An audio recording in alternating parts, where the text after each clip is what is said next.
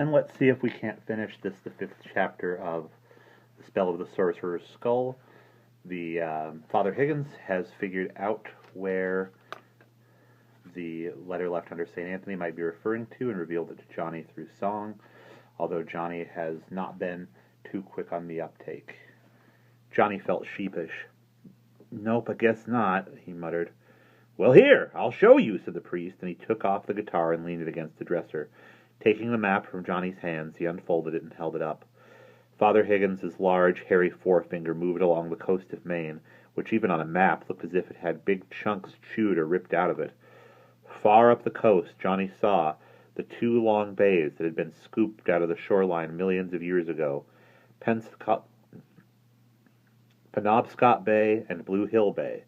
Both bays were full of islands, large and small, but at the place where the 2 bays met was a cluster of islands and islets, even though the priest was holding the map.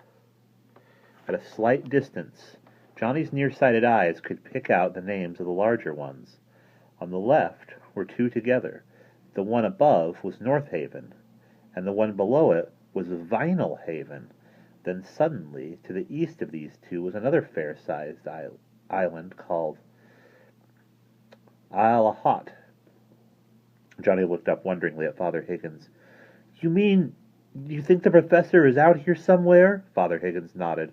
"That is indeed what I think, but whereabouts in this ungodly wilderness of islands he is, God only knows." Johnny gazed at the map, and then he shook his head sadly. "But why, Father? I mean, I don't understand why anybody would kidnap the professor and take him out to one of these islands." Father Higgins looked grave. He folded the map back up and laid it on the dresser. "Neither do I, Johnny. Neither do I. It may not even be a somebody that's done it. From all you've told me, it is more likely to be a something that did it.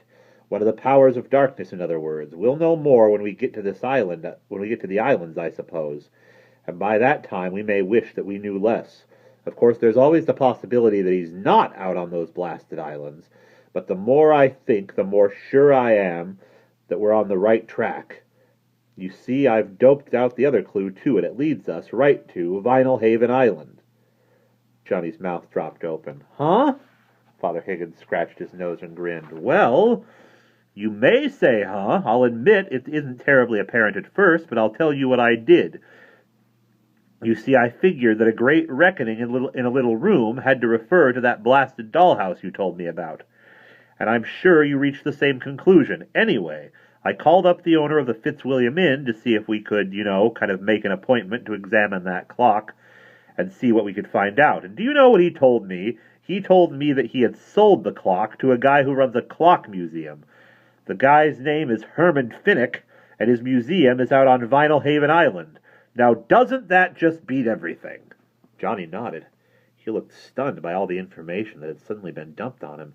And then it was as if a light had come on inside his brain. He snapped his fingers. "Hey, Father!" he exclaimed. "It all fits!" Father Higgins blinked. "Huh? What fits?" Johnny grinned. "When a friend of mine and I were poking around in the professor's study after he disappeared, we found this drawing that showed an L with a vine wrapped around it. My friend thought that it stood for L plus vine, the name Levine.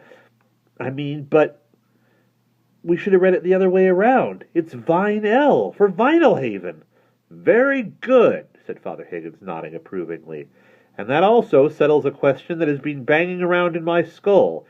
I wondered whether we ought to go to Isle of Hot, since it gets mentioned in that little ditty I sang to you. But all the signs seem to point to Vinyl Haven, don't they?" Father Higgins paused. He said grimly, pounding his fist on the edge of the dresser.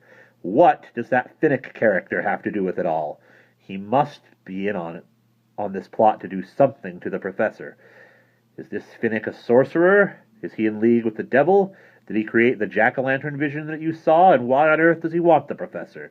What awful, ghastly, unnameable thing is going to happen to the poor man? As far as I'm concerned, there are about 650 unanswered questions in this whole nutty business." The priest turned suddenly to Johnny and pointed a knobby, hairy finger at him. His face turned beet red, and he looked very threatening and sinister. Johnny cringed. He was afraid that Father Higgins was going to yell at him or grab him by the shoulders and shake him. "What I want to know, John, is this," roared the priest.